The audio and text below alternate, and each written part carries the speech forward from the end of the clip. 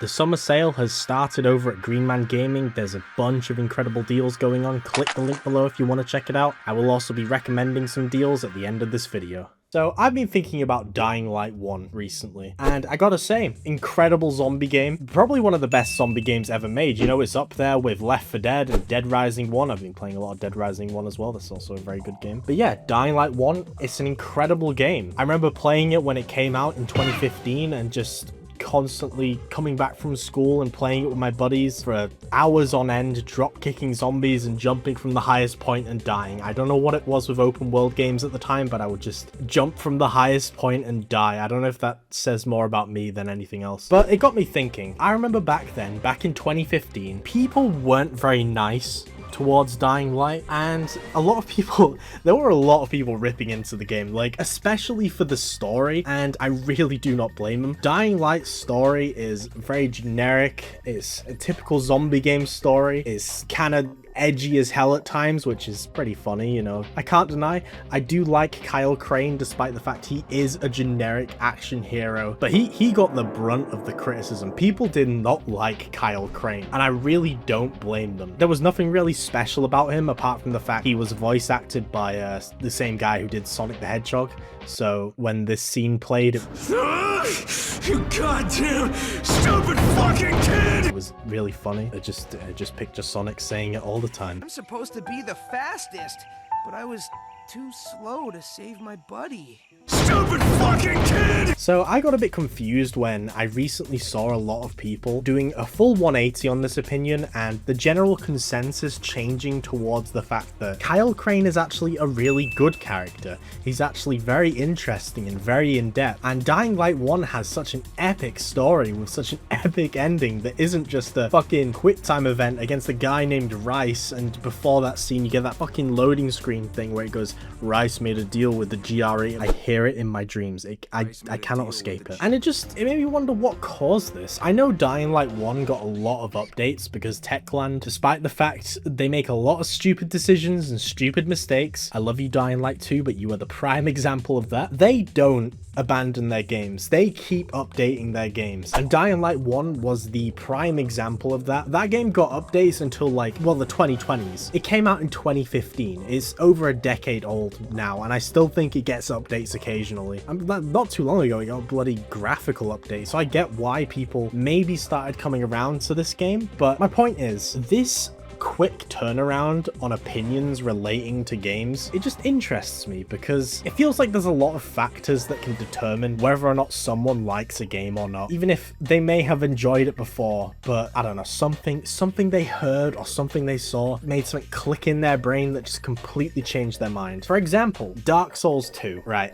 I do not like Dark Souls 2. I'm one of the many people who do not like this game. But all of that hate started when Matthew Matosis released his video essay critiquing Dark Souls 2, and that video, that was the worst thing to happen to Dark Souls 2 ever. From that point onwards, Dark Souls 2 was known as the black sheep of the franchise. Even when Dark Souls 3 came out and a lot of Dark Souls fans weren't that huge on it, calling it a fan service game, Dark Souls 2 still got the brunt of the hate. A lot of it comes from people mimicking what video essayists say, and I'm also one of those people, right? A good example for me is Ratchet & Clank 2016. I hate this game now. I genuinely despise this game because I think it ruins what makes everything great about Ratchet & Clank 1 on the PS2, because it's a remake of that game. It's also a shitty movie tie-in, but we don't talk about that crap. Yeah, when I first played that game, it was great. It was amazing. I loved every second of it. I thought it was brilliant. Played for it multiple times. I even have the platinum trophy for it. But then I watched the Gaming Brit Show's video on how Ratchet lost his edge, ripping into this game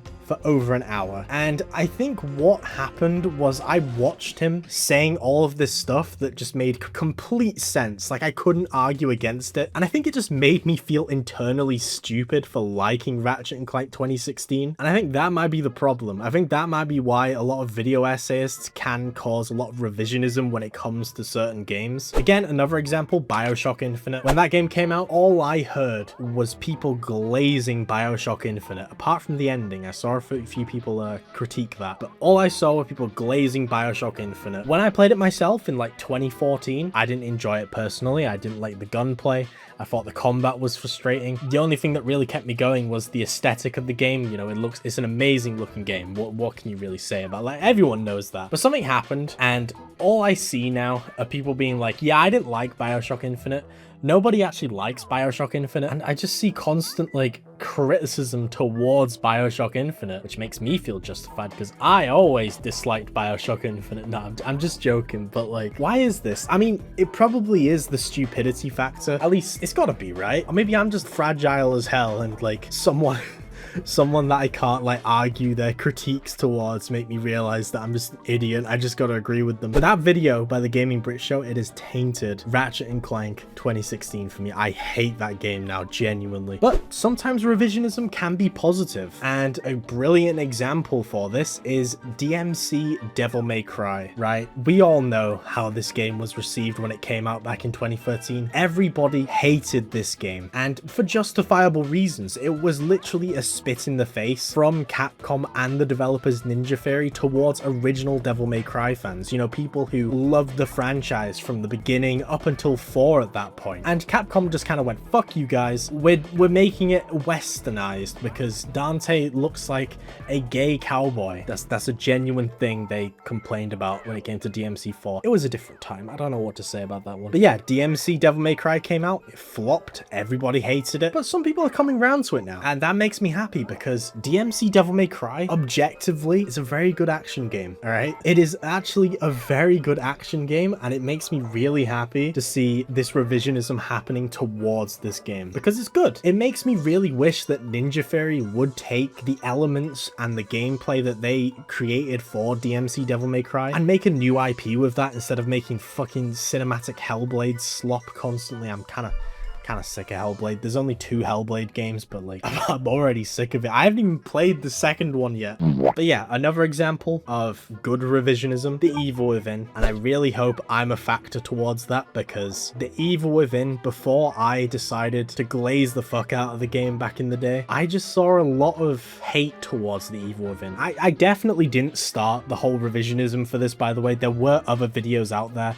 of people loving the game. I mean, my good friend B4 Brandos, he's got a retrospective on The Evil Within, both of the games. It's got over 1 million views, and it's a very good video. But yeah, he's objective, you know, he critiques the first game for its flaws. I released my video glazing the hell out of The Evil Within, God knows how long ago. And again, I'm not saying I started this, but I did see a lot of videos start popping up about The Evil Within and how it is actually a good game. I mean, it'd be pretty awesome if I was at least a factor in starting the revisionism towards The Evil Within, because I see so many people talking about how The Evil Within is actually an underappreciated, extremely good horror game now, and it brings me so much joy because it is. The Evil Within has always been good. It's always been great. I love The Evil Within. That is it. But yeah, I just wanted to talk about revisionism when it comes to games. Obviously, a lot of it factors from social media and what people are saying, but also it could be nostalgia. You know, maybe you go back to a game that everyone was loving back in the day, and you go back and play it years later, and it actually plays like complete dog shit, and it's just like, oh, why did I enjoy this? This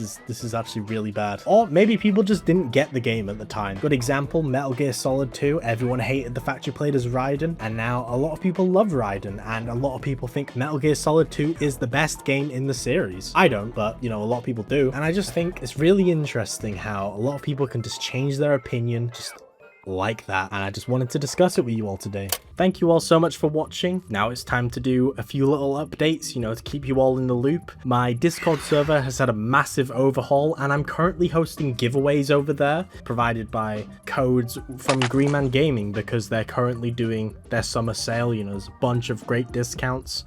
If you wanna, you know, join the Discord and enter some of these giveaways, you might get lucky. You might get lucky and win big game, or maybe The Evil Within. You know, I'll probably giving away The Evil Within a bunch, you know, look out for that. Now, the Green Man Gaming Summer Sale as a whole, it's time to recommend some games that I've seen. Now, the biggest one is Resident Evil 4 Remake, specifically the Gold Edition. I mean, look at that price. For what you're getting, that is a steal. That is an absolute steal. Resident Evil Requiem is also on sale. It's a bit more expensive, obviously, because it's a pretty new game, but 30% off, you know, that's pretty good. It's also a really good game. Highly recommend it. And the final one I want to showcase in this video is Chronos: The New Dawn. Such an underrated game, and for £23, 52% off, it's worth it. It's genuinely worth it. I've just realized I've highlighted just a bunch of horror games. But yeah, thank you all so much for watching this video, and I want to give a huge thank you to my Patreon supporters. You guys are the absolute best. I promise you that Devil May Cry 3 video will be out in the next 2 months. Maybe earlier. It'll appear on Patreon though, you guys will see it earlier. And channel members, thank you guys so much for supporting this channel specifically. Obviously, I can't put the Devil May Cry video on here, but I really hope you are enjoying the content that you're seeing. And I want you all to know, if you're in my Discord server, please let me know that you're a channel member, and I will give you a unique role, because we have a bunch of custom roles dedicated to you guys, so just let me know if you're in my server or you've just joined it. But yeah, thank you all so much for supporting me. Thank you all so much for watching, and I will see you all in the next video.